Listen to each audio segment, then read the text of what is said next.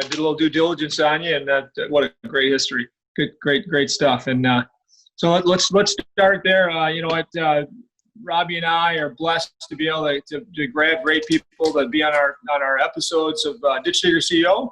And we love rags to riches stories, right? We love stories of people that had tough times and gotten through and created some success in their in their vision. What success is totally different for all of us, right? But when we look at many of our stories are stories of people that have had tough times and gotten through them. And Michael, Brody, you're a great story. So introduce yourself, Michael, and do you go by Michael Brody? Do you go by Michael Brody-Waite? What do you do? I go by Michael Brody-Waite or Mike Brody-Waite for those that know me well. And I am a recovering drug addict with over 17 years clean. And I'm also a 3-time CEO, speaker, and author and entrepreneur. Awesome. And so when we look at you, Michael, you consider yourself a startup guy, entrepreneur. When you think about who you are, who you want to be, business builder, CEO. Tell us about that. Sure. So in my past, I spent 8 years in corporate America as a leader, working the corporate ladder at a Fortune 50 company. And I left that job and I founded a company with my partner, Tyler. And so we built that company from 0 to an Inc. 500 level of growth. And we sold to a publicly traded company in 2015. And then I went and I led a nonprofit for 3 years where we helped 2,000 entrepreneurs a year create or grow a business. And now I'm taking everything I learned as a recovering addict and as a leader and teaching other people how to lead themselves by living in what I call rigorous authenticity. So you said, what do I want to be? I want to be exactly what I am right now. And that is someone that has the great fortune of having the experiences of being in corporate America, being an early stage to mid stage entrepreneur, being a nonprofit leader, and also being a recovering drug addict. Awesome. That's great stuff to be. I mean, anytime you can build things, create opportunity, create value, enterprise value, and the backside, all that, you can participate in nonprofits and things that are totally giving. And I believe entrepreneurship itself is giving. If you don't serve people at the highest level in a world-class fashion, you're probably not going to be that successful an entrepreneur, in my opinion. So, serving others is a natural thing for you, as it is to myself and many of our friends. And I think that's something that I want to always get out there, right? I want people to understand entrepreneurship isn't about feeding yourself. And sure, initially it kind of is probably, right? But overall, as you really understand how to scale and the benefits of scaling great things, man, you're serving a lot of people, not just your customers, not just your teammates, but vendors and everything else, right? So that naturally falls right into, okay, now what nonprofit stuff can I get into and help out with, right? That you've done and so many entrepreneurs do. So that's another part. We got to talk about that because we have some very, very aligned thoughts there, I think, when I looked at your history and the stuff you've been through. But man, what we can do as scaling entrepreneurs to scale great nonprofits is really cool as well, right? It's really hard though, man. Nonprofit life is harder than entrepreneur life, man. It is, and I mean that's why I love the entrepreneurial life where we can take in our case take and grow a foundation that you funnel a percentage of your profits to. And that foundation, which is a nonprofit, grows because you have the profit, the entrepreneurial scaling profitable business that feeds it, right? And I mean that's actually way easier to grow, isn't it? When you have an engine that serves in a big way and scales in a big way, and you can funnel a percentage of those profits to a foundation that 100% is nobody paid and there's no overhead. Because everybody volunteers within our organizations and others. So again, I think that that's really fun, and that's kind of maybe more scalable. If you have a product and a business that can scale and that foundation you can grow along with it, it's much easier, I should say, as long as that business is solid compared to a nonprofit where you're raising money on a constant basis and spending money on a constant basis, right? Yep. it's tough to make it as sustainable as you'd like, right? Yeah. I was very humbled by my experience. I mean, it was incredibly awesome, and to be able to make the impact, and I learned a lot, but it's definitely a different animal. Next time I'll go the foundation route. Well, I want to get into that, to spend a little time on that in a minute, but let's start with, Michael, your upbringing in California, what type of kid were you? What type of parents do you have? What gave you this mindset of entrepreneurship that you eventually dove into and took risk in? Let's start there and kind of go forward. So growing up in California, I just had like an average childhood, middle class. My parents were both, they were both professors. My dad was also a lawyer by trade. And my grandfather was an entrepreneur, though. He was a classic American success story. Came over on the boat when he was 1 from overseas. His family was so poor that he was the youngest of like 13. And in 8th grade, he had to quit school to sell newspapers, and he'd use them to like cover up the holes in his shoes up in the Northeast. And so the typical story where you've got somebody that's in these really challenging circumstances and then gets a job.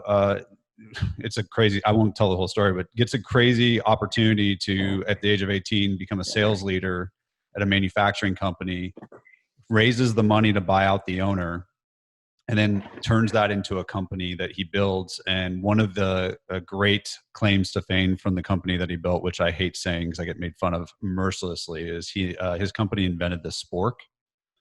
And he did the classic entrepreneur thing where he was bidding on military ration kits, and they needed space. And so they had a spoon, a fork, and a knife. And he's like, we'll do 2. And he didn't know how they would do it. So he's like, won the contract. And he goes back to his team. He's like, okay, how are we going to actually do that? And they came up with a spork. So my grandfather was a great entrepreneur. Unfortunately, he held on too long, and he built an empire, and then he completely lost the empire because he didn't know how to quit. And so my parents were not entrepreneurial, but I remember seeing just what he had built. And I'd always wanted the ability to make an impact in the world. And I wanted as little friction between me and that impact as possible. And so when I was like 5 or 6, I remember I was actually listening to like one of your last podcasts, and the guy was talking about how he exploited his sister for child labor, where like it was like 25 cents a day. And for me, what happened was at the age of like 5 or 6, my parents got me all these like school supplies. And I started realizing I had all these assets. I didn't know what the word asset meant, of course, but I had all these assets that I could leverage. And I tried to rent them to my sister, but then she just cut out the middleman and went straight to my parents and asked for the same supplies. She got them. My market evaporated, and my first business was folded right when it started. That's funny. Anyhow, so that was my first experience with entrepreneurship. I didn't get into entrepreneurship until much later in my life. But you could understand you had a thirst back at a young age where you saw your grandpa and what he did, saw him create a value proposition and a cool. I think it's a pretty cool invention. That's really cool. That's really neat. You saw a vision of success that he displayed that you wanted, and something you said is really important, right? Making an impact. One of my friends that was on our show earlier, you can listen to his Bijou. But Bijou was one of the founders of Redbox when it was Get a Movie at first. And Bijou, you talk about what are your core values? What's your mission statement? And he goes back to my values are to make an impact. Everyone in our company, that's all we think about is how do we make an impact every day.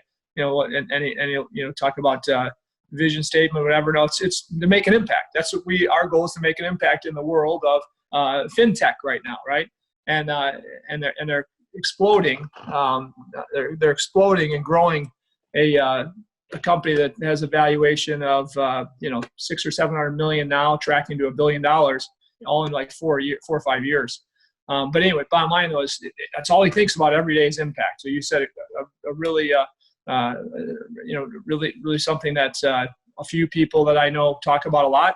And boy, if you can just think about that on a consistent basis, it makes it pretty simple, doesn't it? Today, did I make an impact to my family, to my friends, to my investors, my customers, right? And if you can think that way every day, you're gonna be constantly focused on whatever you want to be focused on, probably. So that's cool. When you look at your experience in leading in a large business, what was that like, and how did that get you focused to want to be on your own in your business? Is it Stericycle? My business was InQuicker, and we sold to Stericycle. Oh, Stericycle, you sold to? Okay. Yeah. It was a very interesting sale. But yeah. So if you can go, start there. Start with your experience the corporate experience. So for me, so I'm from California, but thanks to my recovery, I ended up in Nashville, Tennessee. And so Dell Computer had their second headquarters was here in Nashville, Tennessee, and it was growing. And I needed a job coming out of treatment, and I got a job at the kiosk in the mall back when people were like, when you bought a Dell, people said, "Dude, you're getting a Dell." So like, picture a guy from California with long hair, hoop earrings, flip flops, like long beard, saying, "Dude, you're getting a Dell." Like, I sold a lot of computers. Like, I was a great fit in Nashville. They didn't know what to do with me. And so I parlayed that experience going into the actual corporate headquarters, because I was just out in a mall. But some guy took notice of me, brought me into the headquarters, and I stuck out like a sore thumb, and I worked my way up through the corporate ladder. And I say I stuck out like a sore thumb, and it's not because I was from California and I had the long hair and the hoop earrings and all that kind of stuff. It was because I practiced principles that I learned in recovery that most of the people around me were not. I knew how to do things that recovering addicts are trained to do to survive that most of the people around me were incapable of. For example, sharing a weakness. There's an incredibly humbling effect when you as a drug addict walk into a room full of people that are admitted drug addicts, and you say, "I'm Mike, I'm a drug addict." And then you ask a bunch of strangers for help that are admitted drug addicts. And then you get a sponsor and you start working the steps and you start getting recovery, and you go, "Wow, sharing that weakness changed my life." And then you go into the corporate world and everybody's lying and hiding, just like a drug addict in active addiction, except they're not pursuing the next high. They're pursuing the next promotion, the next sale. And so like a really classic example of this, and actually I did this, so it's like I'm a hypocrite, but I once wasted 22 hours over a weekend trying to figure out how to use Microsoft Excel pivot tables when I could have spent 10 minutes asking my manager, "How do I do a pivot table in Microsoft Excel?" But I was scared that I would look stupid, that I would look weak, that they wouldn't want to invest in me and all that kind of stuff. And so when I was in that corporate environment, all these people around me were essentially hiding their true selves, or what I call wearing a mask, which we're in a pandemic and all that stuff. I don't mean physical mask. I mean the mask that leaders have been wearing for centuries. And I aggressively shared my weaknesses. I said no to things. I had the difficult conversations. And when the boss's boss was in the room, I shared my unique perspective. And so that's what got me promoted. And that's what turned my mentors into the people that reported to me. And it was a little lonely because I was operating by a different code. But luckily I had all the people that are in recovery to go to share this different way of living and this different way of working. But when I got into recovery, they told me you had to practice these principles in all your affairs. And I took that really seriously. So it ended up being an advantage for me long-term, but it was a really scary way to practice in that environment. Wow. I love it. I love it. I mean, I agree. I didn't have the confidence for probably 20 years to tell my story and who I was, where I came from, to customers, to friends in business, network people I'd networked in partnerships with in my businesses as we grew them, until I got into the group YPO, Young Presence Organization. Yep. I got to it. I was like 41 or 42. I got in, and the business was about 20 million in sales at that point. And I wasn't telling my story very much there, as I met more and more CEOs of companies that are, 15 or 20 million on the low end to multi-billion-dollar company leaders. And so I would tell them high level stuff about myself, and then if they asked about education, hey, I didn't go to, I'd be honest with them, right? But I wouldn't really go into who I really was. When I say really was, right, just go into painting a picture of who I was while they were going through their college education and stuff. Hey, I don't have a college education. I barely made it through high school. My story now, I tell exactly the way it was. And it's a lot of fun telling it. But back then, I told it to a forum I had, and the forum of CEOs I was in. And I told him, hey, I don't really tell a story to everybody because it's kind of embarrassing, but here's who I was, where I've come from. And my friends would say, you're crazy, dude. That freaking story separates you from everybody else in this group. 100%. All of us have MBAs. Most of us have lived some pretty good lives as young people, and you've had a kind of a hillbilly upbringing. That's kind of cool, right? So eventually I said, really, it's cool. Eventually I started, when people would ask me who I was, it'd be really easy to go deep and be transparent. And today it's super easy, right? Today, after you've had a little bit of success and you're blessed with security of financial security and all that kind of stuff, who cares, right? If people don't like you the way you are, then that's okay. You don't need to. Everybody doesn't need to love you, and if they do, that's even better, right? And in the same respect, I think that when people understand where you came from, no matter where that is, when they see the transparency and the authenticity that you talk about so much, I mean, I believe they get closer to you, right? When you really give them all the dirt, man. I mean, tell them the tough times you had and what you learned from the tough times, and maybe what you haven't learned, and you're going to get help maybe, or you can help somebody, right? So I love your how you talk about that, and let's go there. How did you use that further? Let's say what are some, when you got to be a leader and you'd share, how would you share with people that work for you, that reported to you? Because that's kind of a tougher thing for a leader sometimes to really be authentic with people that report to them, because very often you want that mask of what leadership should look like, right? Yep. This perfect specimen of a leader should look like this. And instead, you may have told them, you may have explained a little different. So tell us about that. So I think probably the best story to illustrate this is after I left Dell and I co-founded InQuicker, so our mission was to reinvent access to healthcare by letting patients digitally self-schedule an appointment to a healthcare provider from a mobile device in 30 seconds or less. Before that, no one could digitally schedule a healthcare appointment, which was so stupid because I could schedule an appointment for my cat, my car, and my hair, but I couldn't schedule an appointment for like the most important thing, my health. And so anyhow, so we started that company in 2009. I left Dell in 2010, and we had a time towards the end of 2010 where we got on a national TV, Fox and Friends, talking about our platform, and we got all this exposure. And I was the CEO, but I had an email signature that said I was CEO, but I felt like a little kid wearing a suit. I had no idea what I was doing. I was not actually a CEO. And I remember thinking, I don't know how to manage all this exposure. And I'm fairly certain that if I don't manage this correctly, I will ruin the company. And so everything in my head said, don't let your team know that you're a fraud. Don't let them know that you don't know how to be a CEO. I had like 5 employees at the time. We were working out of like the equivalent of a garage. And yet at the same time, what I had learned in 12-step recovery was the strength is in sharing the weakness, because then you lead yourself. And then when you lead yourself, you inspire and show others how to lead themselves. And then that creates automatic leadership. And that's why a 12-step sponsor is the best leader in the world. And so I had these 2 conflicting narratives. A CEO doesn't share this stuff, but a recovering addict does. So I went to my team and I told them, I said, guys, I have no idea what I'm doing. And I'm scared I'm going to wreck the company. And instead of leaving, they rallied around me. We identified a nonprofit in town that had just started to help entrepreneurs. They got me an appointment down there, and I went down there, and instead of posturing like so many entrepreneurs do, I was honest about my limitations, and I got a mentor.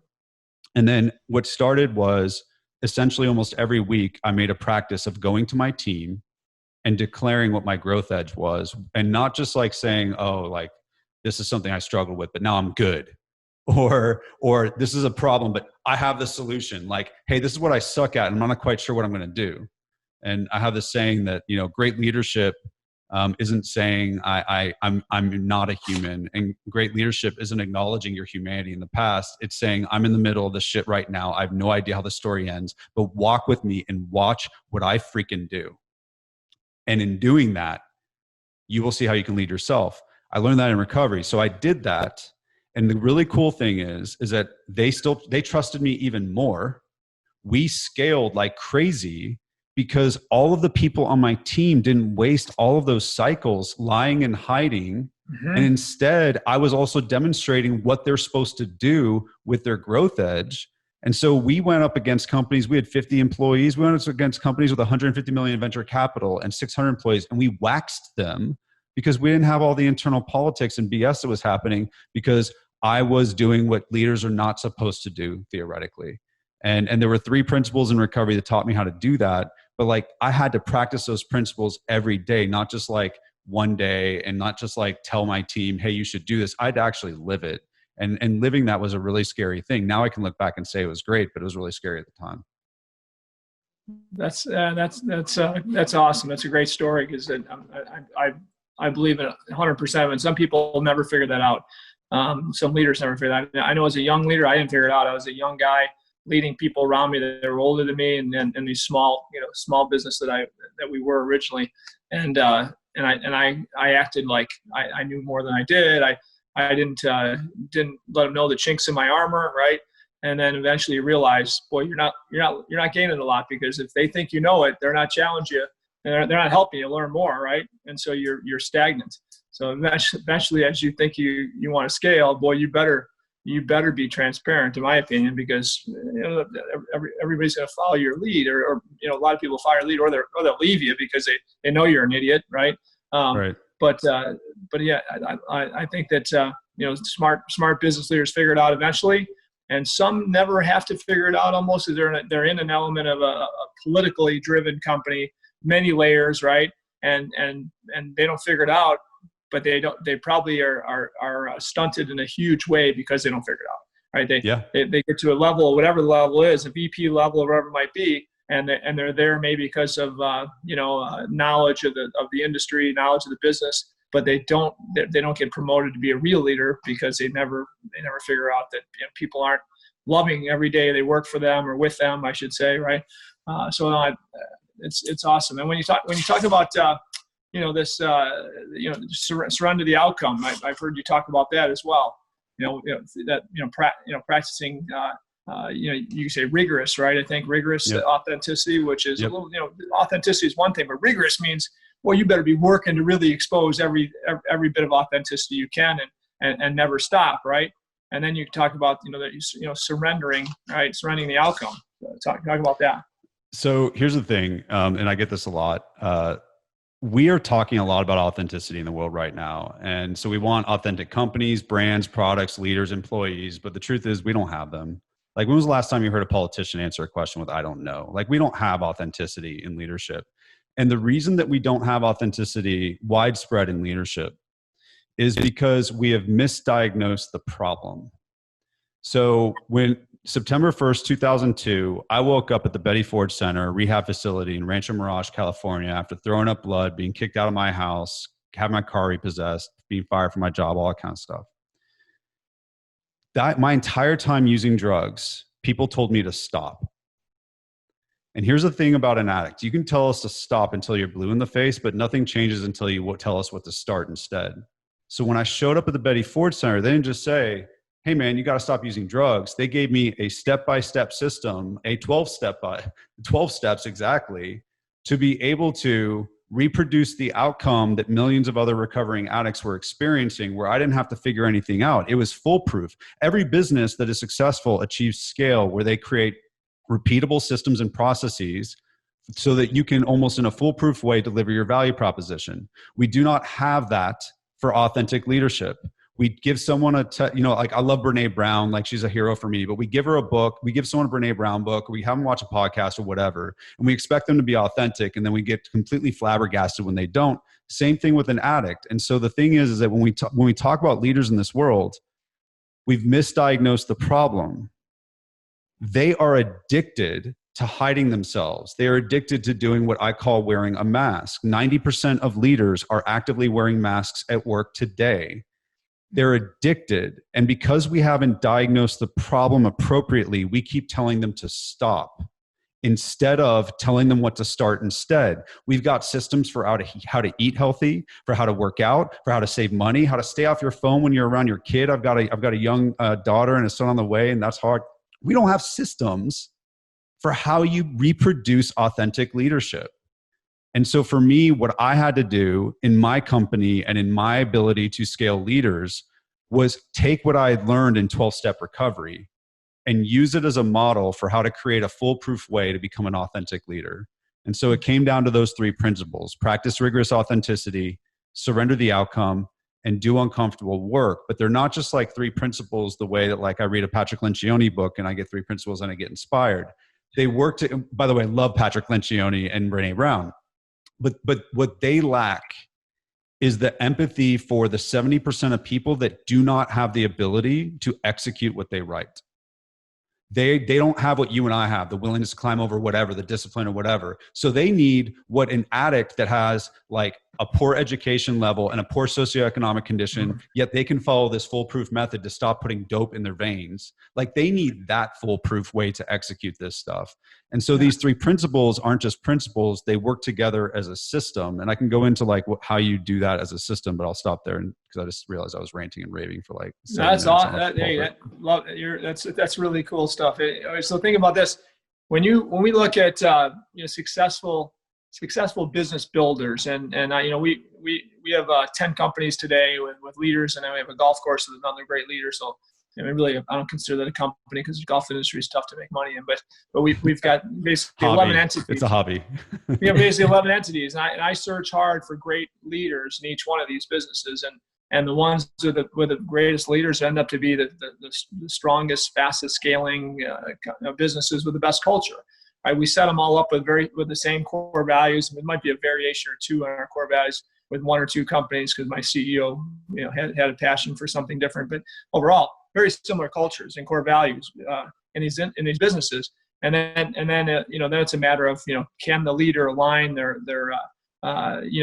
vision with a strategic operational success, right? Can they align those two things to be successful? And if that leader has exactly what you're talking about, boy, it makes it a lot easier, right? And I have made the mistake of bringing in or hiring or even grooming people that didn't have what we're talking about, right? And my mistake, and not really building procedures, right, that say, are you this? And if not, how do we work on you being more like this, right? I think today most of our leaders have most of this or all this. We're blessed because over the years we've developed core values that we adhere to that really describe kind of these type of actions, right? But you say in another way that's even more impactful, and I think it's important. We'll go over this a little more in my own organization. Hey, here's what my new buddy Mike says. I want you guys to think about this a little more. Make sure you guys listen to this episode, right? But again, I guess when I go back to I invest also in other businesses and startups and early stage and A-series startups and things like that. And I look at the leadership at first, right? Of course, who's leading it, what's their experience, have they been successful in the past? Many of my friends, when they look at this stuff, will say, what type of success have they had in the past, right? If they have 2 or 3 successes, they're equivalent to what this investment will look like for success. That's an easy investment for them, right? For me, I say, what kind of hits have they taken in the past, and what have they established some grit with their past experience in life, and so I've been in Israel a couple times now, discovering amazing businesses and business minds in Israel, and these most of these venture capital groups there, they want to find leaders that they bring in as CEOs that have had failure in the past, that failed in a big way, right? Whether it's military, it's business, it's family, it's personal, right? They want to find people that have gotten through some gritty times. So I say this, I say, Mike, do you ever look for people and say, gosh, that's somebody I want to bet on because they've gone through what you've gone through, right? They've been an addict before and they've gotten through it. Man, that person's got some grit. They know the 12-step system. So in other words, I guess I'm saying, is there a way that you could find Betty Ford survive? People that have excelled through Betty Ford, and 3, 4, 5, 6 years later, they're leaders, right? It might be another place to harvest great talent. I'm saying, right? Well, I've actually done some like interviews or talks about why recovering addicts are the number one type of talent that you want to hire. And so I absolutely love looking for the problem. So like people have experienced failure. The reason that's so important is how do they respond to it, right? That's at the end of the day, that's what happens. That's what separates the addict that keeps using until they die from the addict that sits in front of you and in front of a podcast and has recovery and ability to use his recovery for good. And so it's all about the capacity for awareness. How do you create the right level of awareness? And that's where there's such a conflict with leadership. Leaders think that they need to pretend that they're superhuman, and yet acknowledging their humanity and shaping it and co-creating it and leading it is what actually allows them to be really successful and learn from their mistakes. And because when you're investing in a business, what you don't want is a leader that doesn't have the ability to be aware enough when they are making a mistake and not learn from it. And so the people that I trust are not the people that didn't make mistakes. It's the people that demonstrate the capacity to learn from them. And so like there's a practical way that I did this, that I talk about in my TED Talk. And I think I talk about it in my book. I did in a job interview. You always ask someone like, what's your greatest weakness? And they always give you some bullshit answer like, I care too much, or I try too hard, or I work too hard, or I'm too organized, or I'm too perfect, or some manipulation of basically I'm everything that you want, and I just turned a negative into a positive. And so in those interviews, every single person that has ever worked for me, I ask that question, and then I lean in and I say, that's a great interview answer. But as a human being on this earth, what is your greatest weakness? Usually that'll startle them because it's not like the normal thing. And they'll try to offer something more personal, like I'm on Facebook too much. And then I'll be like, all right, I'm going to give you one last shot, and I'm going to show you what I'm talking about. For me, and this has been true for a long time now, actually, one of my greatest challenges, one of my greatest weaknesses is I sacrifice a tremendous amount to work hard to be successful, and I lack the capacity to enjoy it.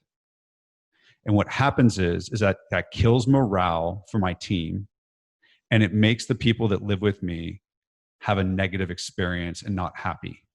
Mm-hmm. I'm not going to spin that into a positive.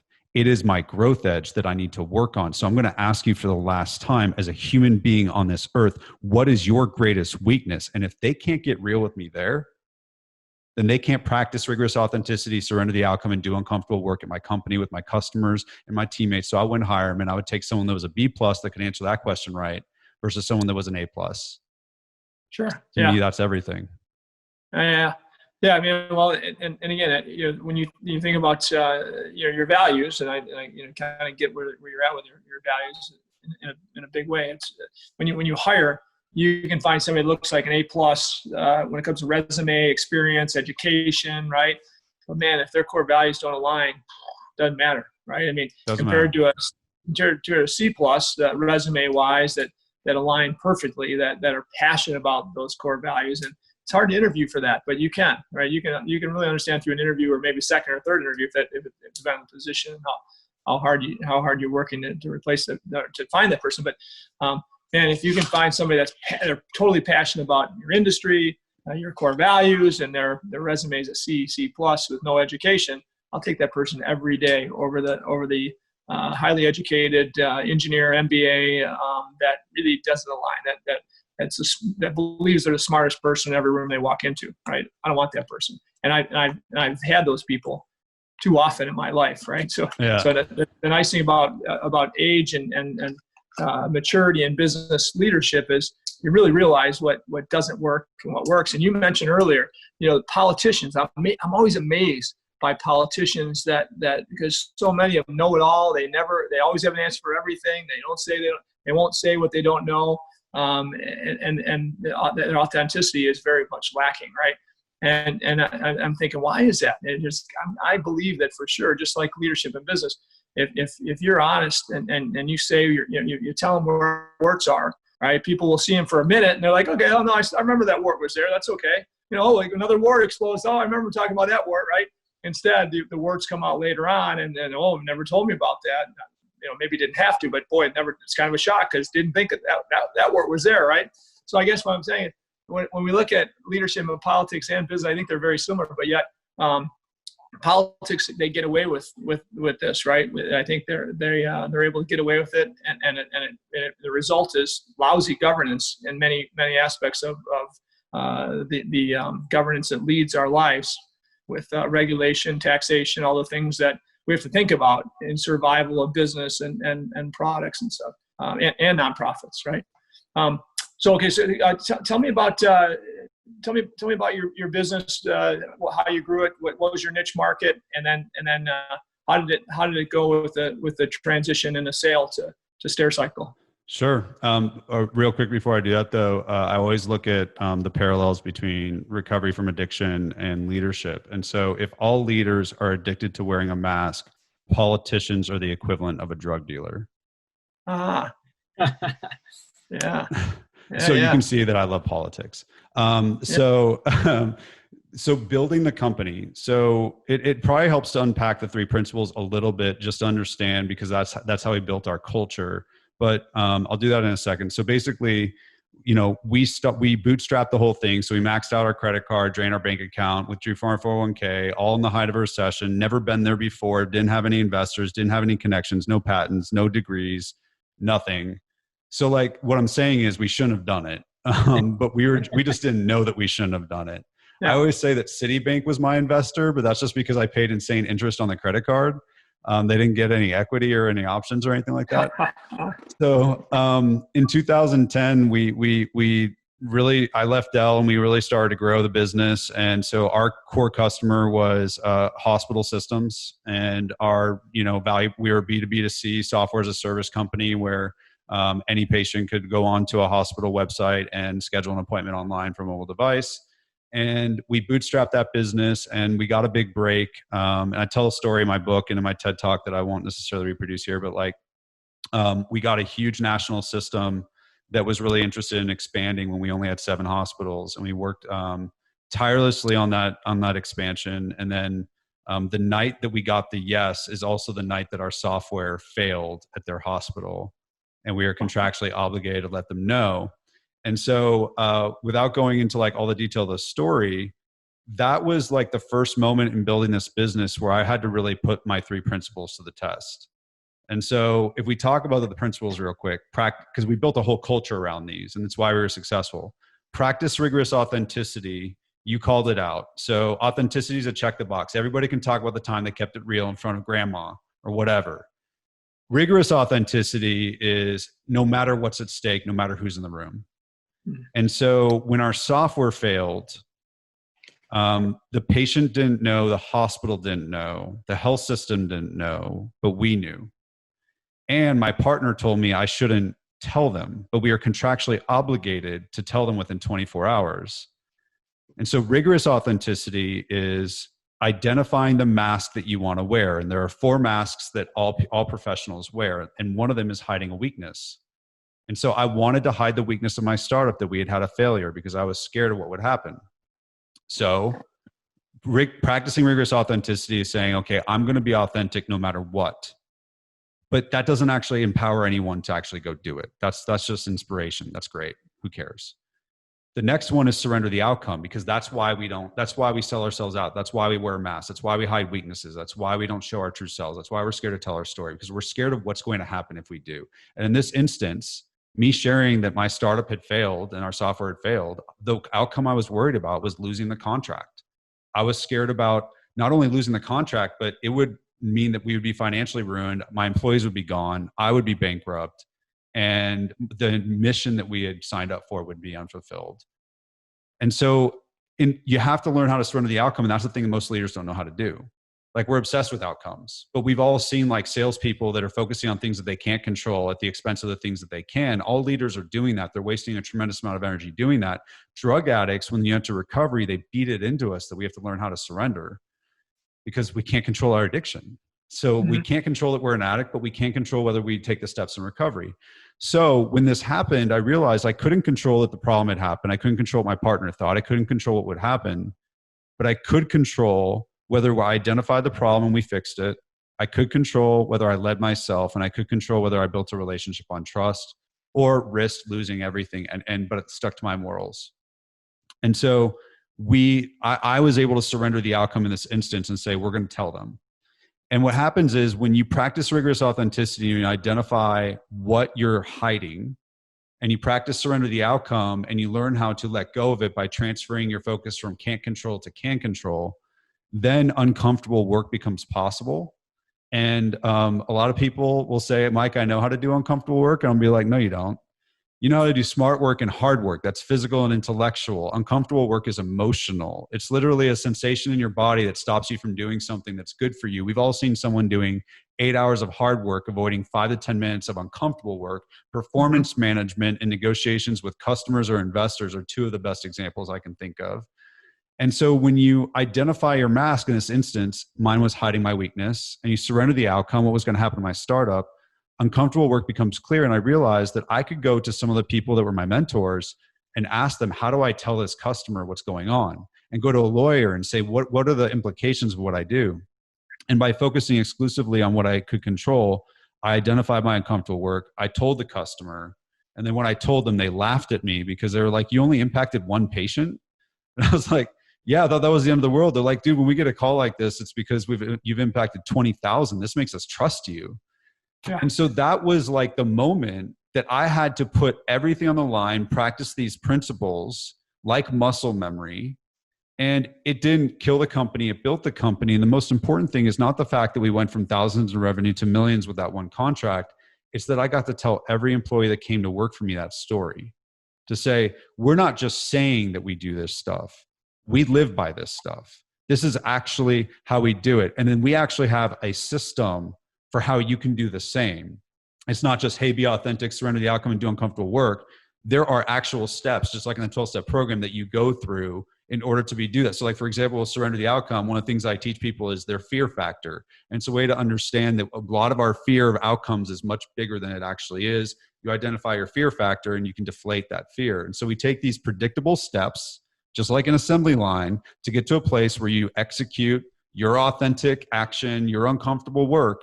And so that story became the way that we built the whole freaking company. And so we grew, we became an Inc. 500 company, 20,000% growth in less than 6 years, best place to work awards. And the best part of it is that none of us should have been there. None of us should have been successful. But we had the one thing that our competitors did not have. Even though we went up against companies with 150 million in venture capital against my credit card, we were more efficient. We were more effective because instead of having 7 meetings, we had 1 because we knew how to have difficult conversations. We knew how to share our weaknesses with our customers and each other to grow. And we became a far more efficient, effective company. And I think that we took 50 human beings and we created a company where that was a playground to practice your authentic self and build a muscle that is so hard to execute in this world. You want to build a retention mechanism for talent? Don't give them a free lunch. Make your workplace the arena in which they can bring their true self to work and show them how to make that and weaponize that as a competitive advantage professionally. And then you'd really change their life and you change the world. And that's what we did. And then in 2015, we reached our limitations and how we felt like we could move forward as a partnership and as a company. And we started looking for either financing or an exit, and an exit came, and we took the exit. Awesome. And Rob, you got Robbie on the line here. Hey, Robbie, I like having my young leaders and my friends of mine or business. One of our leaders that have done this heads up a nonprofit we have, much maybe like the one that you were part of. It's called True Mentors, where I've got 40, 50 of my friends that are CEOs and leaders of business have done deals like you and I have done and run businesses today, or maybe or not, that are mentors to young people that want to be leaders. And it's very inexpensive, or it's very expensive because it's funded by myself and a few of these friends of mine. But we're making a difference in the lives of young leaders that want to be big, larger leaders or entrepreneurs. So Quentin has been on our episodes and asking great questions, a younger mind and a different paradigm than myself. And we've got Robbie on here as well, Mike. And Robbie is a young on executive track. He's got a mind that's never stops, and he's right in the middle of our culture. So I'm going to ask Robbie, what are we doing, dude, to create this, to make sure our culture is ironclad when it comes to authenticity and people being able to be their own true self in the Ravine group of companies? Yeah, well, I suppose I could answer that question with multiple different layers, but I have first a question, and then second, I'll have an answer to your question. And the first question for you, Michael, is prior to joining Gary's company's first site, now the Ray-Buying Group, I worked at LinkedIn for 4 years. And the last point you made, which was bring your whole self to work, was what we actually lived and breathed at LinkedIn every single day. And there were a few different ways that we put that into practice. And one that comes most top of mind was through in-days. So one Friday every month, we would have an in-day, which was a self-reflection day that is really aligned with our cultural tenets. And so the purpose of it was for you to go volunteer, or maybe even just stay home, read a book, do something to bring your mind back to homeostasis, and ultimately make better decisions moving forward for yourself, as well as for whatever's going on within your work at the time.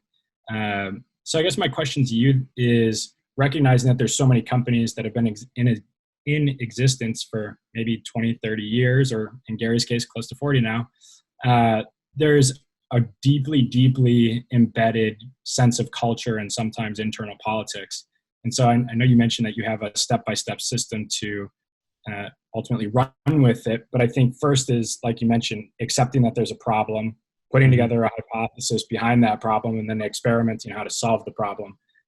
So I guess from your experience so far, what would that experiment be? Is it a boardroom meeting with the leadership team? And then once you've accepted that you want to make change, how do you implement that?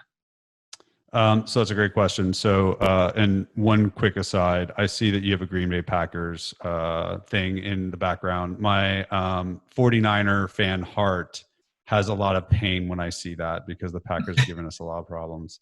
But my number 2 at InQuicker was from Wisconsin and a hardcore Packers fan, and he was a kicker on the University of Wisconsin team. And so he and I would celebrate every year and go watch Packers Niners game together.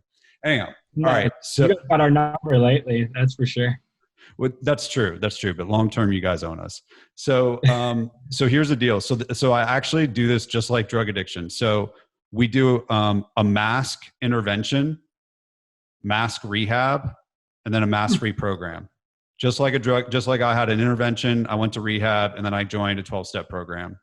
So for anyone listening right now, so I'll do the plug. You can go to whatsmymask.com, just whatsmymask.com.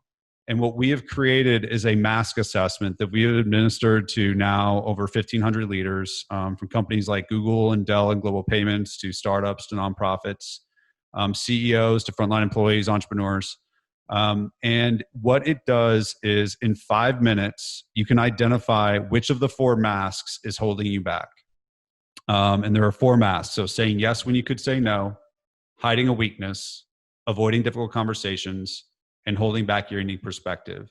We started with a hypothesis that there were 50 or more masks, but as we started to administer this assessment, we started to look at the trends, and we were able to eventually boil it down to these 4 masks. And 90% of leaders are wearing these masks, and they're costing them 500 hours a year. And so people go, well, is that really true? Like, how, that just sounds like talk. So the first step is, the intervention is like when I go do a keynote, or I'm doing a podcast here or whatever, I call that the intervention. That's, hey, there's a problem, and it's mask addiction, and it's costing you 500 hours a year. And that's based off of the data that we get from this assessment. And so, because in order to address a problem, you have to first accept that you have one. And then the next thing is, you have to go through mask rehab. And so that is a process that we take people through, where we help them identify where in their life, both personally and professionally, they're wearing masks. And then we have them go through a specific process that's similar to what I went through in 12-step recovery to identify. So in 12-step recovery, there's this thing called a 4-step inventory.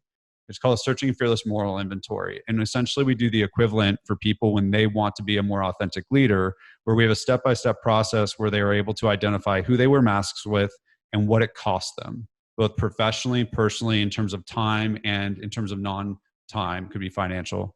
And then we have them go through these 3 principles where they pick the manifestation of that mask in their life. So for example, I had somebody that was working at a financial institution. She had 22 direct reports, middle of the pandemic. She's trying to do all the PPP loans, and she's saying yes to things that she could say no to, and it's killing her. And she's working from 7 a.m. to 10 p.m. at night. So what we do is we illuminate what all the costs are. So now she's in mask rehab, and then we teach her how to work the mask-free program, and that allows her to go through these steps. There's about 12 of them when you apply these 3 principles. synergy. And what it results in is a mask-free action card. And this is mine right here. And it's a simple 5x7 card. And literally all it does, so I'll actually read you what mine is right now. So I've been saying yes when I could say no. And it says, what I can't control is B2B, PR, and networking FOMO. I have FOMO around all these different opportunities that are coming my way. But I can control if I lead myself and focus on the mask-free members that are actually in my program and coaching them. And so then my daily reflection, so the job when you create an action card, you go through mask-free rehab and you start working the mask-free program. You read this card 1 minute a day. It's actually modeled off of a 10-step inventory in the 12-step program, but you read this card 1 minute a day and that creates automatic awareness. And suddenly you start to see where, for me, I'm chasing B2B, PR, and networking FOMO. And by reading this every day, it creates that awareness. And so everybody on my team and in my program has this card somewhere where they look anyhow. So like I always read before I go to sleep. So it's my bookmark. Some people, they brush their teeth. I'm not saying I don't brush my teeth, but I don't read when I'm brushing my teeth. So for some people, it's like on their computer monitor or whatever, but they use their mastery action card and they read it and they start to see all the times that they're doing whatever that mask is, saying yes when you could say no, hiding weakness, avoiding difficult conversations. And then at the end of 28 days, they meet with their mask-free sponsor. So I'm literally building the exact same model. So we have the mask-free action cards, which is equivalent to the 12 steps, mask-free sponsor, and mask-free society meetings where people are able to share where they're doing this. And so if you wanted to have somebody like be able to actually become a mask-free leader, they would have their intervention, take the assessment, what'smymask.com. They would go to Mask Rehab where they go through applying these 3 principles into an action card. And then they would join the mask-free program where they work with a sponsor and they get to share their progress in a society of other people that are applying these 3 principles. And then for that woman that I talked about that was working from 7 a.m. to 10 p.m., by the end of that 28-day period, she was stopping work at 6 and she was saving 60 hours a month. I had another person that was scared to start an online event. And so her mask was she was holding back her unique perspective. She went to Mask Rehab, started working the Mask Free program, and then she started an online event. She's had 1,500 attendees attend.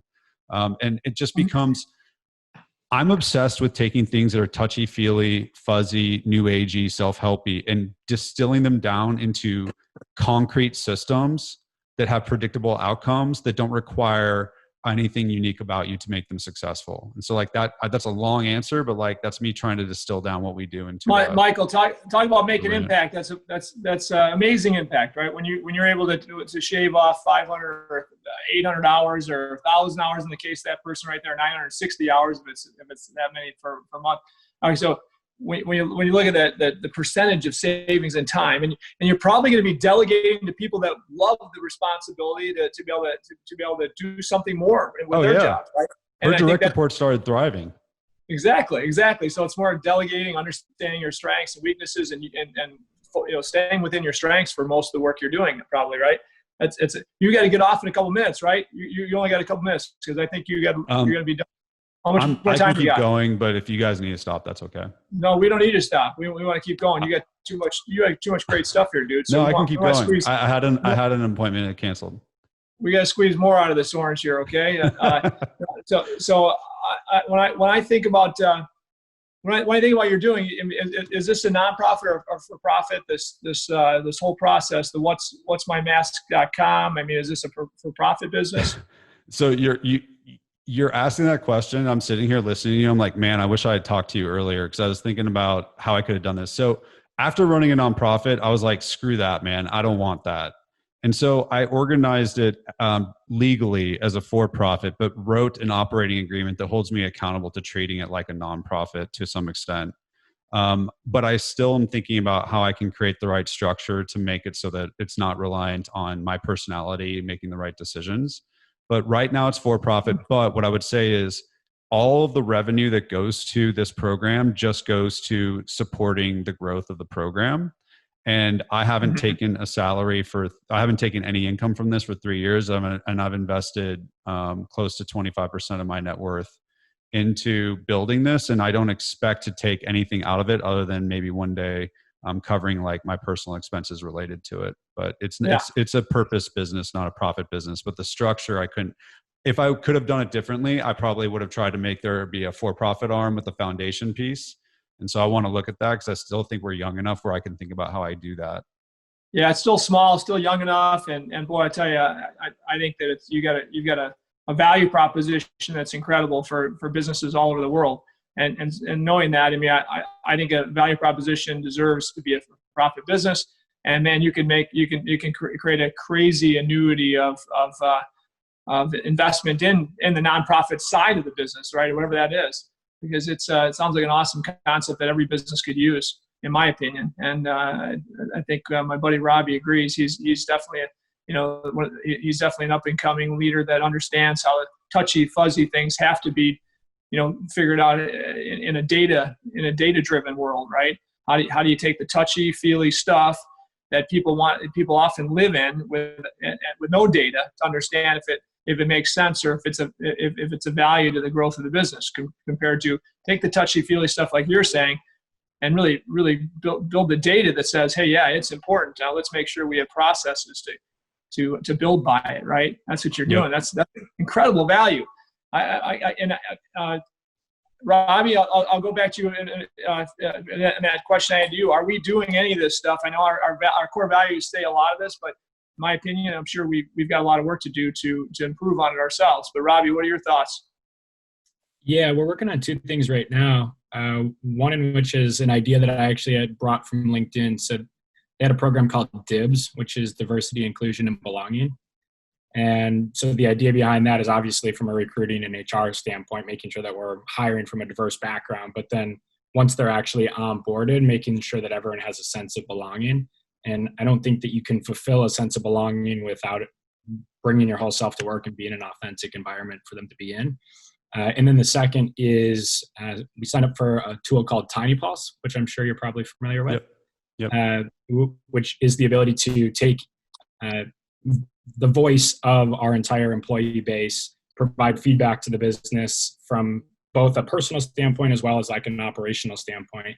And then we can turn that feedback into hopefully action through that process. So that was actually going to be my next question to you, Michael, was have you guys considered partnerships with any companies like a 15Five or a TinyPulse, and how they can take those insights and then align with your concrete 12-step action plan and really run that out to market together? I just realized that I answered your question with like a 10-minute diatribe last time, so I won't do that this time. Second, I think that's a great question. And so we're still trying to understand what are the most effective partnerships for us. One that is pretty clear that has just come from my background, and I'm sure that you guys are familiar with Vern Harnish and the Rockefeller Habits. So I'm a member I'm a little brother to you in the fact that I'm a member of EO. And so one of the things I use the Rockefeller Habits in both of those businesses that I ran, the nonprofit and my startup. And so part of the Rockefeller Habits is having a healthy, aligned team. And so one of the things that we're doing is we're partnering with coaches that teach the Rockefeller Habits to companies. And what we do is, to have a healthy and aligned team, typically they're not having difficult conversations, or they're not sharing weaknesses, or they're not saying no, or people's unique perspective isn't being valued. So what we do is we come in, and as they look to improve in having a healthy and aligned team, we assess the team to say, what is the company mask that we are all wearing that is holding us back from being really effective here? We use our assessment because you can get an authenticity percentage, not just which mask is holding you back. And then what we do is we create the equivalent of what I shared with you, an action card for everybody on the team on that mask. So practically speaking, what that means is at the beginning of a quarterly offsite, they identify which mask is holding them back. We go through the assessment as a team. And so a lot of times it's avoiding difficult conversations. And then what we do is we create an action card that's avoiding difficult conversations. And there's one action for them as it relates to their contribution to the business. And then one piece of uncomfortable work for them personally. And their job is literally just to read the card. And then they are able in whatever tracking tool or KPI management tool that they use, like Align, they're able to update because uncomfortable work is typically like, for example, collect no's, collect how many difficult conversations you had this quarter. And they can update that. So that way this work becomes, they read this card 1 minute a day.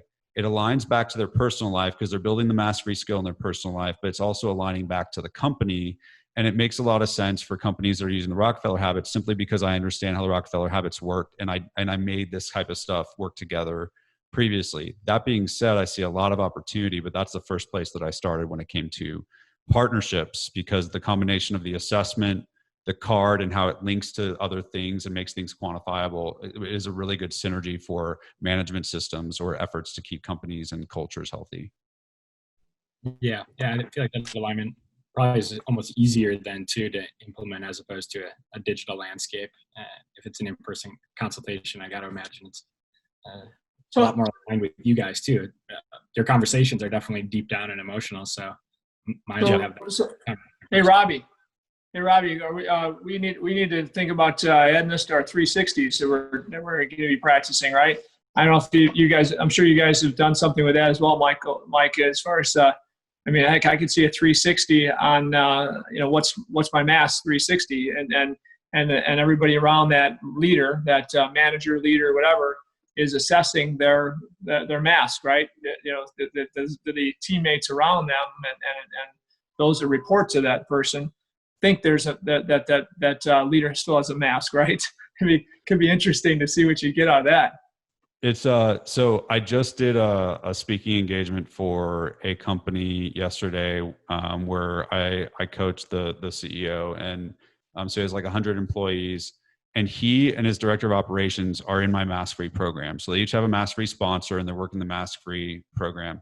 And so their whole team took the assessment, and he sent me a Marco Polo. I don't know if you're familiar with those, but he sent me a message, and he was like, he's like, I don't get this. Missy and I, the only two people in your program, we have the lowest authenticity percentage versus all of our employees. What the heck is going on?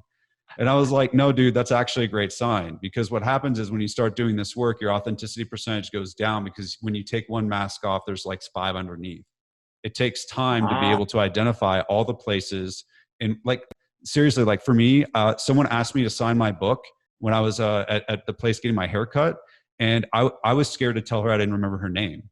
Like, I wouldn't be aware of that back in the day. I would just like not even think about it. But you start to become aware of this. So his percentage went down. And so one of the things that we are looking for is, how do we track your authenticity percentage over time? You go down. And so to your extent, to what you said on the 360, one of the coolest things is when I told him, he's like, so how do I help them? And I said, don't manage down, share your experience. That's what 12-step sponsors do. That's what leaders in the mastery program do. Share your experience. So one thing that would be interesting is if the leader did a 360 on their own masks, identified the different situations, like a few moments where they're like, this is where I wore that mask and this was the impact. And then they share that with their team and ask them to do their own 360 using the assessment or whatever and talk about it. And then once that has happened and you've created a space where everybody's using the same language and talking about the masks, I've seen people where they can actually call out their boss's boss and be like, well, you're just wearing the mask of avoiding difficult conversations, because it's just like the Enneagram or anything else. You're creating a language that makes it safe to have the hard conversations and say the hard things. And now you're going to get that 360 effect, but you're going to get it real time, because like, we can't help but talk in the language of these 4 masks at my company. And at this guy's company, it's the lens through how he's talking about it. And it's not threatening anything that they're doing. They still have 360s. They still have, their management systems, their review process. And all they do is they just integrate this in some way into how they talk about the things. Like, we talk a lot about strategy and execution, but we don't talk a lot about the things that we don't talk about that holds back strategy and execution. This gives us a language to do that. Absolutely. What a simple mask that one was. You mentioned about, forgetting names. I'm terrible, right? I used to be pretty good at it. I feel like I'm really bad at it nowadays. And I'm always embarrassed after I met somebody a few times and then I forgot their name, right? I'm embarrassed to ask, because I should expect to know their name. And I feel like I've let them down if I'm asking them when they know my name well, right? So yeah, that is a mask that I wear often. So I've got to be bold enough to say, I'm a dumbass. It takes me 7 or 8 times for me to meet you and talk to you before I remember your name. So please tell me your name again, right? I mean, somehow I guess you got to be you got to make it fun, transparent and fun, because otherwise it's, hey, if it can't be. Hey, I forgot your name. What is your, you meet them 10, what is your name again? What is your name? That doesn't work out so well. I mean, No. that's, in my opinion, it's an arrogant way. And if you're in a hurry, that might be how you say it, right? Not intending to be arrogant, but again, I think there's a way to probably say that to make it fun. But the way you said it would endear you, because the thing is that in the last 25 years, human beings are going through unprecedented information explosion. And as a result, we literally can't remember almost anything because we have just too much information. So everybody's struggling to remember everybody's names because of social networks and all this. Thank you, by the way, Robbie and LinkedIn. I now have so many names in my head. But so the cool thing is that if you do that, and so like I do the same thing. I'll literally just go, hey, I'm a recovering drug addict. I did a lot of drugs. I don't remember names. What's your name again? And they'll be like, oh, I struggle to remember some people's names too. I was like, did you do a lot of drugs? And they're like, nope. And then I feel totally alone. But now we're totally aligned on the name thing, and it's all good. There you go. I like it. A lot of people are struggling with that. I'm going to work on that one because I need that in a big way. So that's perfect. And it's easy for me to call myself out as a dumbass. So it's, I just got to, figure out how I say that, but that's awesome. I'm going to use that, Robbie. Make sure you watch me on that one, Robbie, see if I'm doing well with it. Okay. So when you look at the nonprofit, so this is the nonprofit basically when it comes to really working with entrepreneurs and making them better? Actually, no. So so remember how I told you about how I went to my team and said I needed a mentor, and they went to a nonprofit that helped entrepreneurs. So that nonprofit, after I sold my company, was looking for its third CEO, and I was not looking for a job, but I was like so focused on giving back that they came and asked me if I would be interested in leading it, and that would make me the first entrepreneur that had been through that nonprofit that would lead it. And so I had this like Jim Harbaugh going back to Michigan moment where I was like, I can go back and really help something that really helped me. And so, and that's why I really also appreciate, Robbie, what you said about I really like DIB.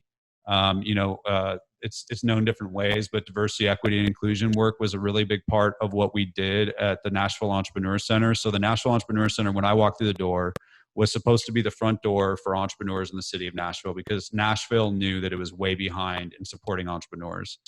And so they built this resource it launched in 2009 early 2010. I walked in there the first month they were open asking for help. And the really cool thing is that they did what a 12-step program does. They surrounded me with a sponsor, a mentor. They gave me a process, learning how to be a good entrepreneur and do the things and whatever. And they gave me a society, like other entrepreneurs that were on the path.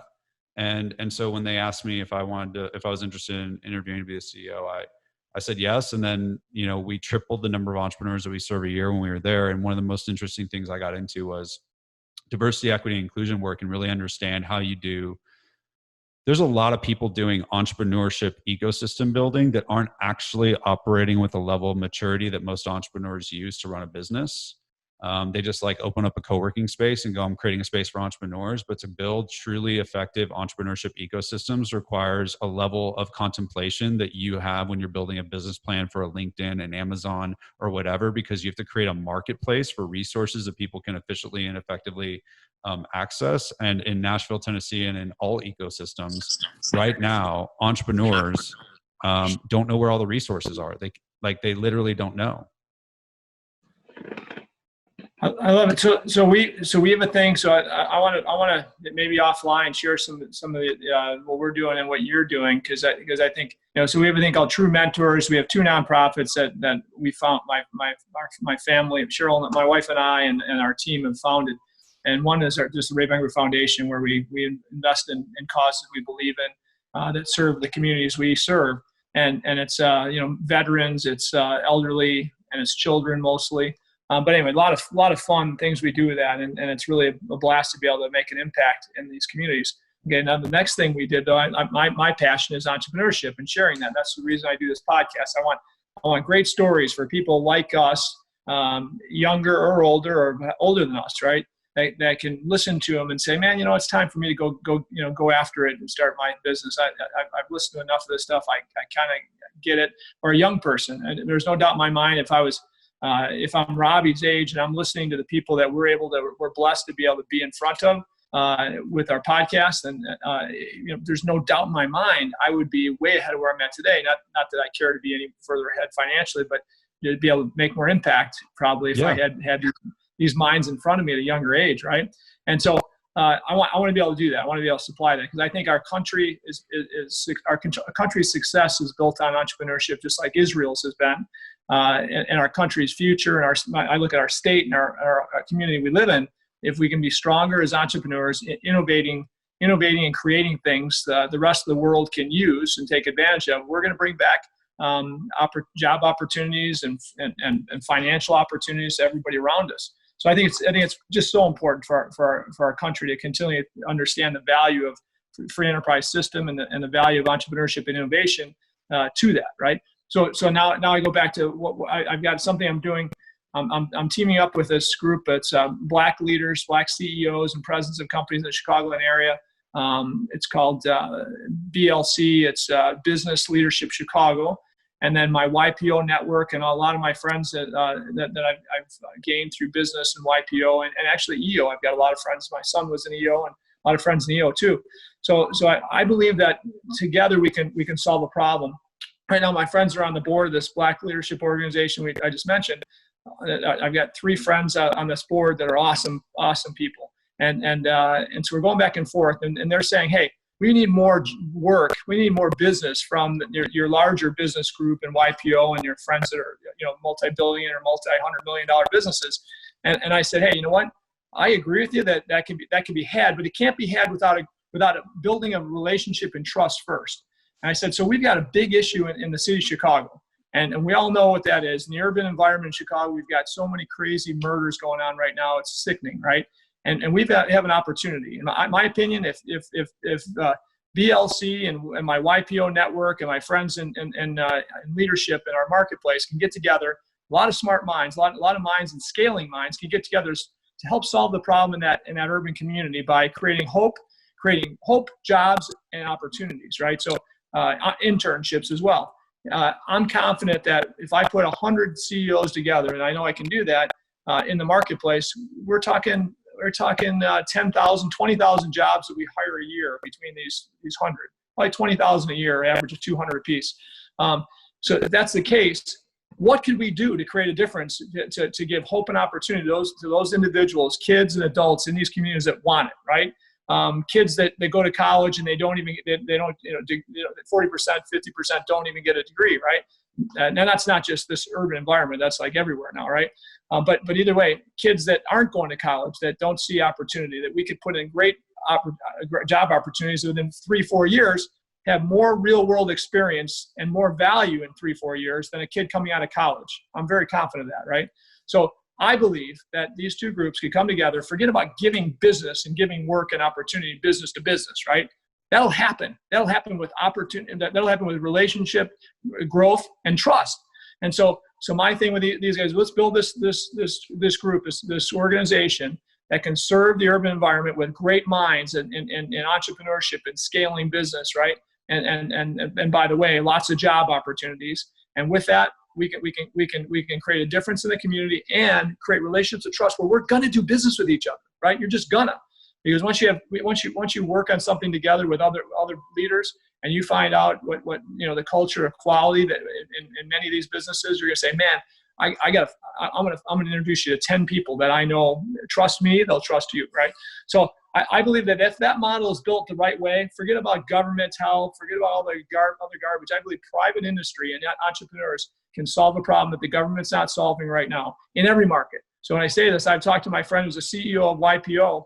I said, Scott, we're going to build this thing, and I'm coming to you, and I'm saying, if it works, I want you to promote this thing across the globe, and every major city in the country, the YPOers and EOers can participate, right? And it'd be a lot of fun to do that. But your whole program matches with this perfectly, right? Because how we mentor is key, and we know this, through YPO, EO, all the things you and I have been a part of. there's a terrible way to mentor that I've been part of in the past. I've been the victim. I've been guilty as the guilty party, thinking I'm mentoring somebody. I tell them what the hell to do, right? You got to do this, you got to do that, right? Terrible way to mentor. And I've been mentored that way too. So you feel obligated to do what that mentor asks, and it's not always right, compared to simply sharing experiences, right? Good and bad, being authentic, as you mentioned, and really making a difference in growing somebody's mind in a different way. So I've got a lot of fun mentoring other people outside my businesses through True Mentors, and actually YPO as well. And it's so much fun to do that when you can see somebody do some things that are a little different than they would have done otherwise, and they have success only because you share experience with them that brought a different way of doing things to them, right? So mentorship is the best. If you can do it as you grow, as we grow older, and heck, if you're younger like you are doing, that's even better. So I appreciate it. So offline, I want to talk to you about that deeper. And as I go further and build these relationships between these few groups of leaders in the Chicago market, and we could take it to Nashville, you could take it anywhere, it'd be a lot of fun. And your program could be a intricate part of it. Dude, I would love to. That sounds great. Cool. All right, I'm in on that.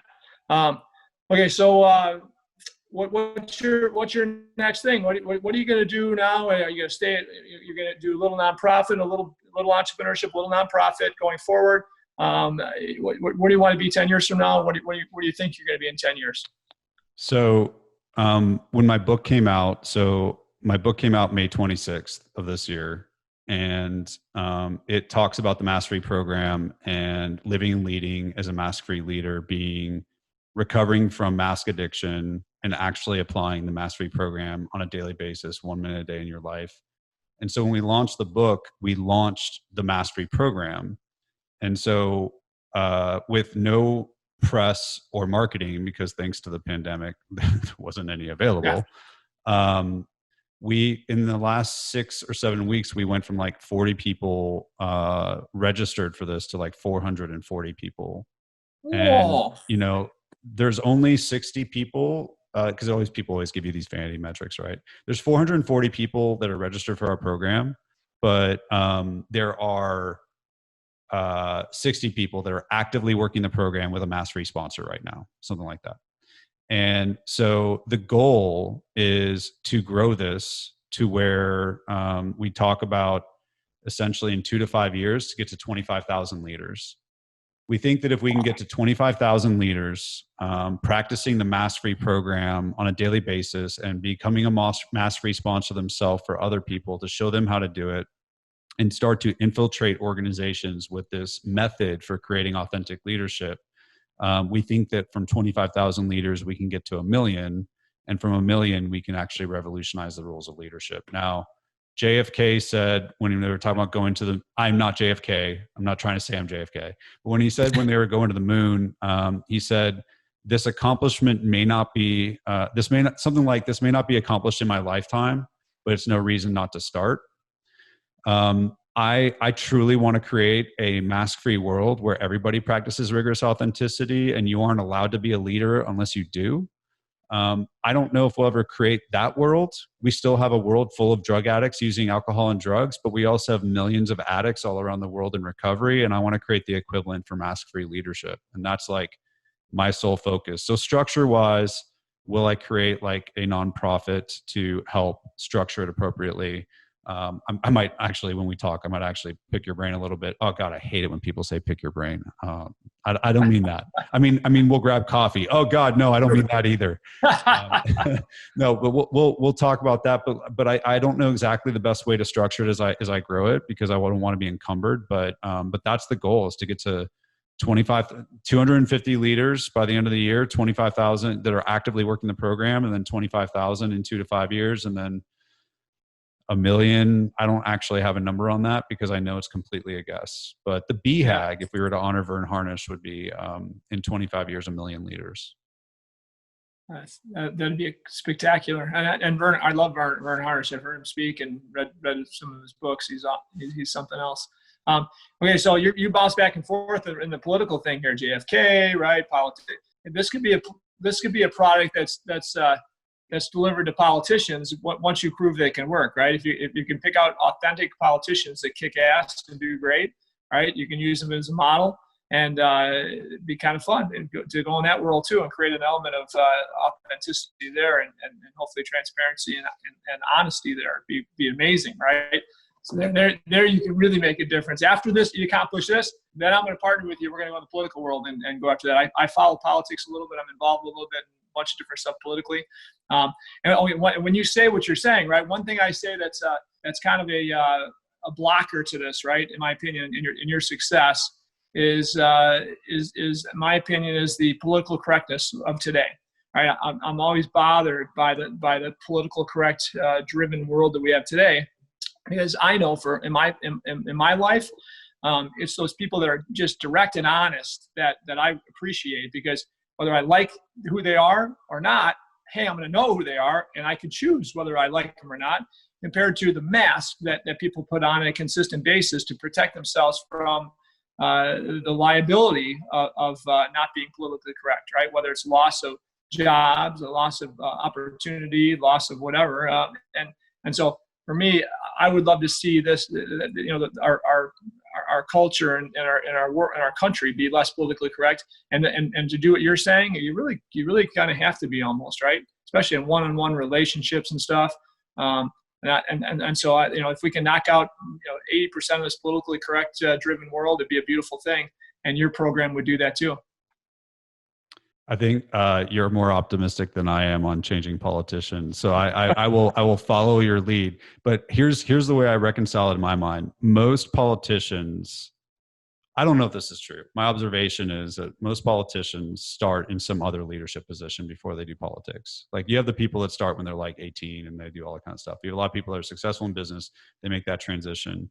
And so if we can, from a business perspective, create better business leaders, better organizational leaders that are using this way of life, and then they start to progress and create, first of all, within their companies, a culture where it's actually accepted and preferred that you live and lead without a mask. Now you're having impact where you're socializing people who are the future voters to actually value and appreciate this and understand that there's a trade-off. You will see a candidate that looks weaker. You will. But the trade-off is that you can trust them and you can watch how they lead themselves. And so if they do that within their own organizations where they have a captive audience, change their values so they can change their life, and then they go start to pursue office long-term, I see how we can get there. So I'm trying to get there with you, Gary. I still feel a little pessimistic, but I'm going to let you lead us in that area. Okay. You got it. Well, hey, here's where we got to go with that, Mike. We got to go to law firms, because 80% of our, I don't know the exact number, but a majority of our politicians didn't come from real leadership positions. Actually, the majority have come from legal from as lawyers and finance leaders and lawyers. I'm seeing the most of, right. And so, in my opinion, they haven't had to lead really as much as an actual leader in business. So we got to get to the lawyers first. We get this program to them, then we got it. So what are you doing at 2 p.m. Central? Because I'm doing a speaking engagement for like 1,000 leaders of law firms. Like, seriously, awesome. I'm not kidding you. And I did not think of this. Like, it's through a company called Crisp Video, and they do marketing for law firms. And so I'm doing this like a speaking engagement for all these leaders of law firms. And my dad was a lawyer, and I wanted to be a lawyer. So I understand that lawyers have a disproportionate propensity for alcoholism. So like, I am excited to carry this message and to try to hide, but I never thought about that being the leverage point for future politicians. So like, now I just got like 25% more pumped about doing this. Look it up, because again, from I've seen, the majority of politicians come from a background of law. And yeah, you're right. They've never had to lead a lot of people, and I think that's a deficit, in my opinion, to what we're talking about. So yeah, you can be a difference maker, dude. That's awesome. Of course, they have to listen to me, and like, I'm just. I think they will. We'll, you got a captivating story. Anybody's gonna listen to your story, man. It's awesome. I appreciate that. Well, hey, Robbie, you got anything else for our guy Mike here, man? He's awesome. It's a great this is a great one that people are going to get a lot out of. Yeah, I think in the spirit of authenticity, I'm curious to understand what sort of pushback or failures have you experienced, maybe the pushback from specific individuals who have gone through the Mask Free program, or maybe it's just pushback in general of interest in the Mask Free program. No, that's a great question. And one of the things that I learned early on was my team and my marketing firm, they were scared when I wanted to talk about how I was failing at being authentic.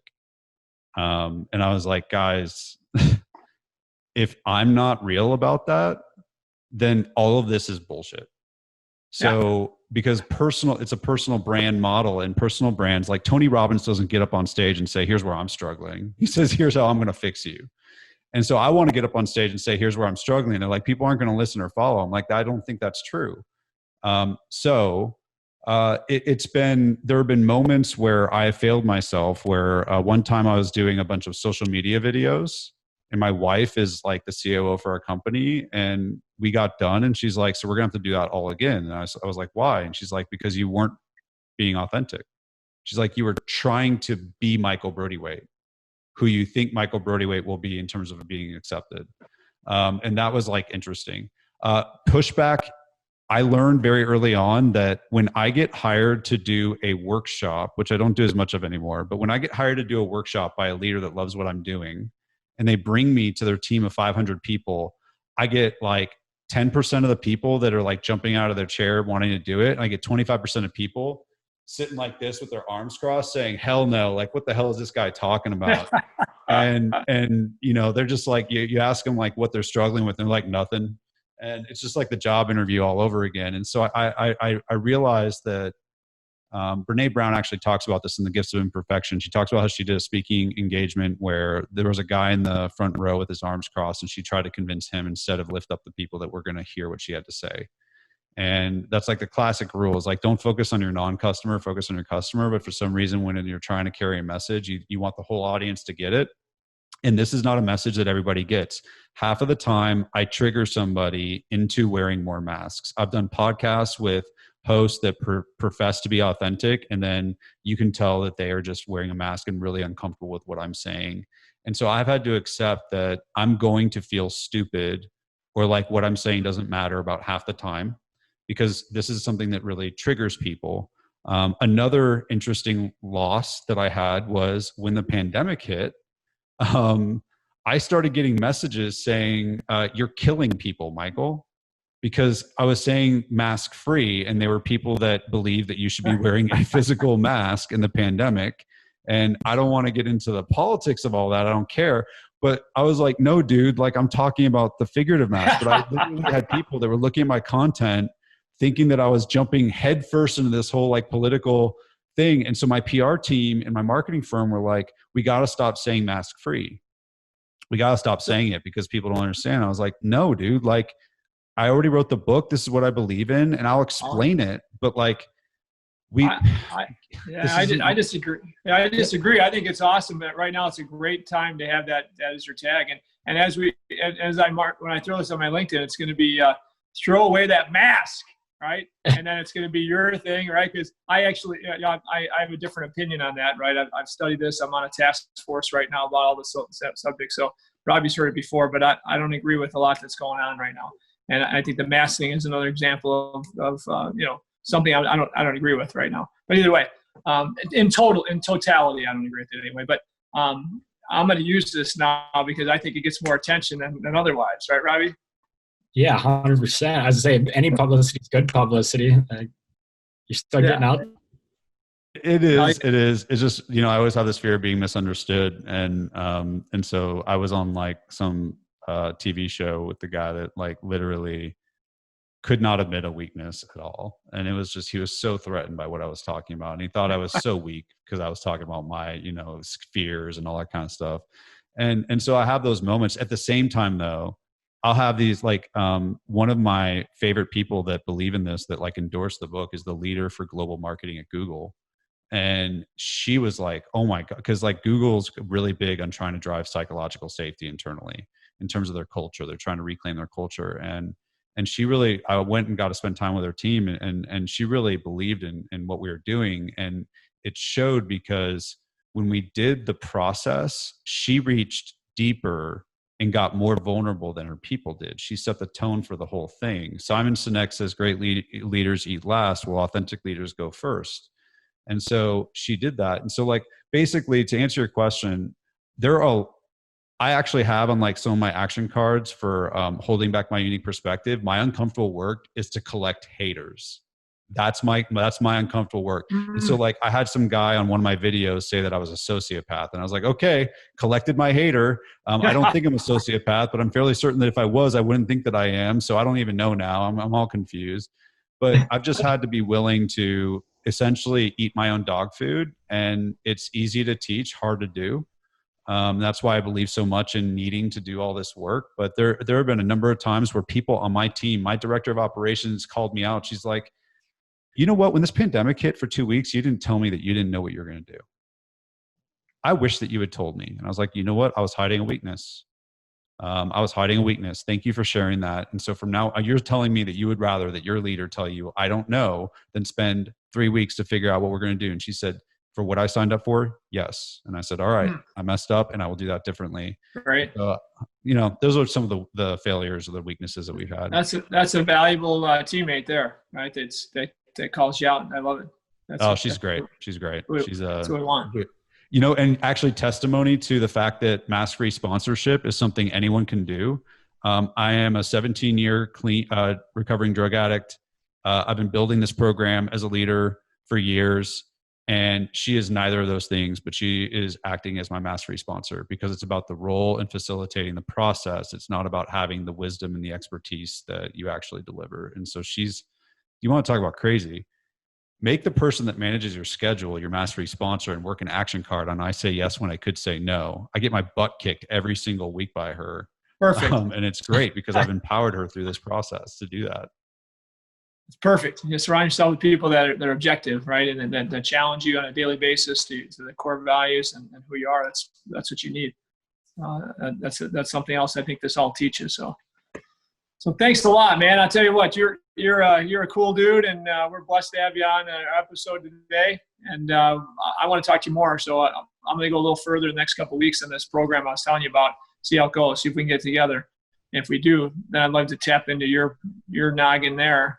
I'm not going to say pick your brain, okay? Because that's just crazy. I can never say that. But I'd like to tap into your noggin when we're ready here. So I'll be calling on you if you don't mind. I would be honored, dude. I would absolutely be honored. This was a blast. Thank you for having me on. And if you see enough value in what I'm doing to include it in what you're doing, and you're doing some serious stuff, that would be an incredible honor. So I'm grateful for that. Lastly, I would say, just a recommendation for me. You should be if you're not already, a resource partner to YPO. Are you? No. How do I do that? Okay, let's get on that. How about you and I talk here in the next day? I'll get the answers for you. The next day I'll have them for you. Let's say by the end of the day tomorrow. Let's you and I connect, and I'll have it for you, because you should be a YPO resource member. Now it's a membership. It's kind of cool. So resources now that they say that they like the content to, and I know that they will yours. I believe they will.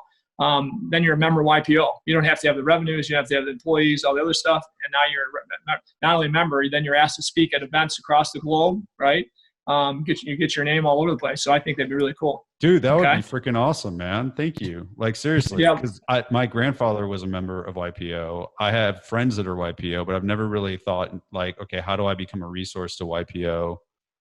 Yeah, it's different. I'm telling you, it's different now because they have resource membership now, which is really cool compared to just being a resource where they can pull you here or there. You're a member, you can actually participate and get involved in different all the different conferences, and there's so much you can do besides just be the resource. So it's really neat. I'm gonna get you that stuff by the end of the day tomorrow. If I don't, I'm a liar, and I'm not a liar. Okay, cool. I'll send you my email in the chat because I don't even know if you have it. Awesome. Wait, give me your cell phone number too. I know you don't want to share that with a creepy guy like me, but give me that too, all right?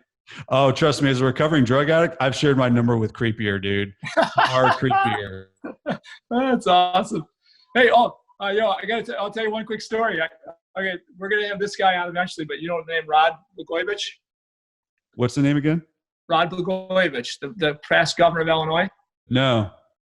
Okay, he was the governor that went to jail in Illinois, and Trump just pardoned him about 4 months ago. Remember, you hear about any of that? So anyway, That's ringing a bell. Rod came out to my golf club, him and his family, his wife Patty, and the kids, and took golf lessons, and they're contemplating joining our club, and they had dinner at my house, my wife and I and my kids, and I went out on you for a second there, but they had dinner with Rod and Patty and the kids, this a few weeks ago, and this guy, I'd never known him before, right? I just got to know him over a phone call and then coming out and spend some time with him, look him up. But this guy is a character. He got 14 years of time for talking about selling a seat, the Obama seat. So when that happened, Illinois, Obama was. Okay, so you got 14 years, and anybody would tell you that's crazy. There's no reason she got more than, she got very little time, if any, but a couple of years maybe at the most. And he got 14 years, and 7.5 years later, he gets pardoned by Trump. And it's a long story, but it's a great story. There's a movie, not a movie, but a, what do you call it? What do you call it? This story? Documentary on it, right? I don't watch documentaries too often. I should, but anyway, the documentary is really good. Anyway, so he's at my house, and talk about giving away cell numbers. He's giving people in prison his wife Patty's cell number as they get out. And he goes, "You need anything, you call Patty. We'll take care of you, right? My family will take care of you. If you need anything at all, you need food, you need this and that, right?" And so Patty said, "It's all really nice. I got a call from a bank robber. I got a call from this." She's mainly people, and Rod then goes into who these people are, how he knows they're really good people, right? They went to prison, but they're good people, right? And high character, and so she goes, "Yeah, but you didn't have to have the murderer call me." And she's really serious. And Roddy goes, "Come on, honey. It was second degree manslaughter." And so, but he was giving these people that he trusted in prison when they get out. He's giving, "You call my wife, and we'll if we can help you out in any way, we will. If you need anything, please call my wife." And so those people are calling his wife for help. And the stories are funny as can be. It's prison stories because he's. You want to talk about again, doing uncomfortable work and surrendering the outcome? How about that? Having all those people call your wife, that's surrendering the outcome and doing uncomfortable work. Well, and how about being the governor of a state, right? That at a pretty high level in politics, of course, right? And then being a prisoner, right? And think about that, how people thought of him initially. These prisoners thought of him as this highfalutin guy that, and it wasn't a golf course prison, right? This is a real prison, and he got to be friends with everybody. When he ended up leaving, he felt bad leaving so many people behind that he fell in love with his friends, right? So there'll be a movie on it. It'd be great. But anyway, we're gonna get him on the show. But you remind me of that about giving your number out. I do the same thing. I give my number to anybody that wants it. I'm like, "Hey, you want my number?"